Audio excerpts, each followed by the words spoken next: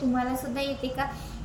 आणि खरं मी खूप लकी समजते की मला असं सासरकडनं येते म्हणून. आता छानपैकी या तुरीच्या शेंगाच्या दाण्याची भाजी करायची. आमच्याकडे ना विदर्भात ह्या शेंगा आल्या म्हणजे ना सकाळ संध्याकाळ हीच भाजी असते आणि खायला सुद्धा छान लागते, ती चटणी सुद्धा छान लागते.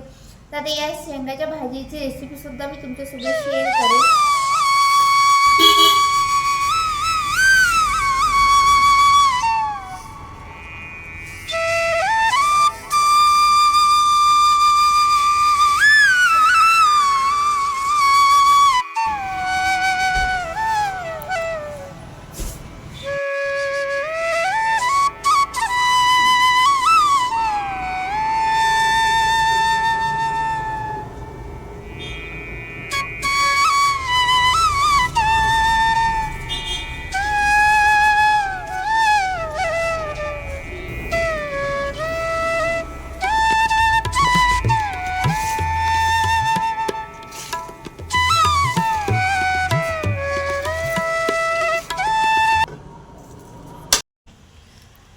तर हॅलो नमस्कार, मी अनुप्रिया होममेकर अनुप्रिया चॅनलवरती तुमचं मनापासून आणि खूप खूप स्वागत करते. तर आता सकाळचे वाजलेले आहेत 8 8:30. अप्पू गेले स्कूलला, हे सुद्धा गेले ऑफिसला. दक्ष अजून झोपलेला आहे. आता माझा भाऊ गावाकडनं आला आहे आणि गावाकडनं तो आला आहे तर माझ्या सासूबाईंनी जे काही पाठवायचं होतं ते सामान पाठवले.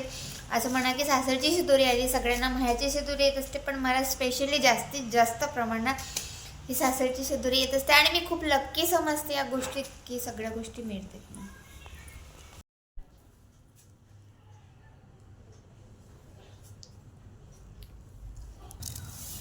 आज परत एकदा गावाकडनं आलाय आम्हाला छानपैकी रानमेवा. म्हणजे आता त्यामध्ये आले तुम्ही काढलाय काही, तर हरभऱ्याची भाजी जी हिवाळ्यात छान येते आणि खायला सुद्धा तेवढीच चांगली असते. आणि छान छान आमच्या शेतातले आले पेरू. तर सासूबाईंनी पाठवले गावाकडनं पेरू, शेंगा, बोरं, खूप सारं काही काही पाठवले. हे बघा बोरं तुम्हाला हे छोटे छोटे आहेत ते, पण गोड मात्र खूप आहेत. आणि आता मोठे पण बोरं तुम्हाला दाखवते.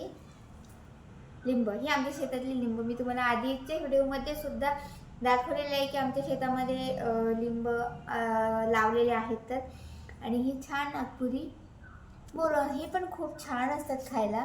तर ही बोरं आलेत आता गावाकडनं, शेंगा आल्यात आणि हरभऱ्याची भाजी प्लस पेरू आणि शेंगा म्हटल्यानंतर हे एवढ्या शेंगा दिल्यात. आणि याच्यामध्ये काही थोडे ना बोरं आहेत आणि काही लिंब आहेत.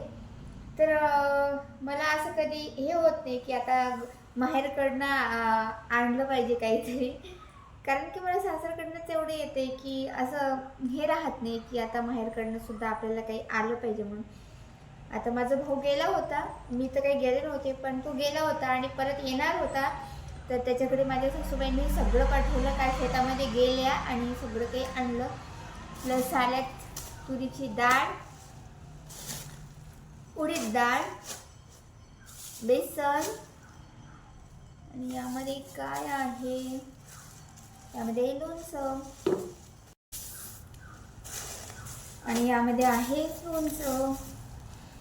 परत यामध्ये दिलंय फरसाण, म्हणजे आम्ही इकडे याला भातकं म्हणतो. चिवडा जो असतो तो फरसाणचा, ते यामध्ये काय काय आहे काय नाही. यामध्ये असेल म्हैसूर वगैरे. तर असं काही काही देत राहतात मुलांसाठी, आमच्यासाठी. तर अशी आहे माझ्या सासूबाईंची माया. याच्यामध्ये म्हैसूरच आहे आणि याच्यामध्ये आहे चिवडा. परत याच्यामध्ये काय आहे, याच्यामध्ये बहुतेक ना जे यात्रेमध्ये मिळतात ना, मला असं वाटते. आणि याच्यात खारीक आहे छान. गावाकडे खारीक सुद्धा आमचे छान मिळतात, त्यामुळे त्यांनी खारीक सुद्धा पाठवले. तर असा काहीसा माझ्या सासरची जी काही शिदोरी म्हणतो ना मी, तर ती आलेली आहे. तर छानपैकी आता हे बरेच दिवस जाईल. आणि शेंगा तर आता बघा तुम्ही पाहू शकता, आता पावभर आणलं ना तर 25-30 रुपयाला पावशेर इथं शेंगा मिळतात. आणि आता बघा इतक्या मोठ्या शेंगा मला हे 8-10 दिवस जाते. आणि एवढ्या आता मी शेजारच्यांना सुद्धा आलं की देऊन देत असते, कारण की एवढं आम्ही खात नाही आणि कसं वाया गेल्यापेक्षा कुणाला तरी दिलेलं कधी पण चांगलं. तर असा माझ्या सासरचा कधी पण मला मेवा येतो, शिदोरी येते. तुम्हाला सुद्धा येते का? आणि खरं मी खूप लकी समजते की मला असं सासरकडनं येते म्हणून. आता छानपैकी या तुरीच्या शेंगाच्या दाण्याची भाजी करायची. आमच्याकडे ना विदर्भात ह्या शेंगा आल्या म्हणजे ना सकाळ संध्याकाळ हीच भाजी असते आणि खायला सुद्धा छान लागते, ती चटणी सुद्धा छान लागते. तर आता या शेंगाच्या भाजीची रेसिपी सुद्धा मी तुमच्यासोबत शेअर करेल. आ बायू ठेव खाली, खाली ठेव ना. चालो चालो. रिवर्स रिवर्स घे. बटन दाब, तिकडचं बटन दाब ना. दा मागे घे गाडीला. वाव.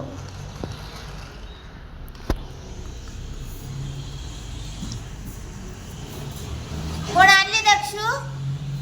कोण आणली? मामा. मामा मामा. दाब ते बटन दुसरं.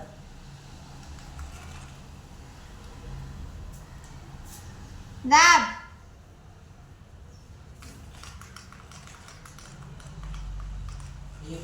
Reverse reverse. दोन्ही बटन एक सोबतच दाबते.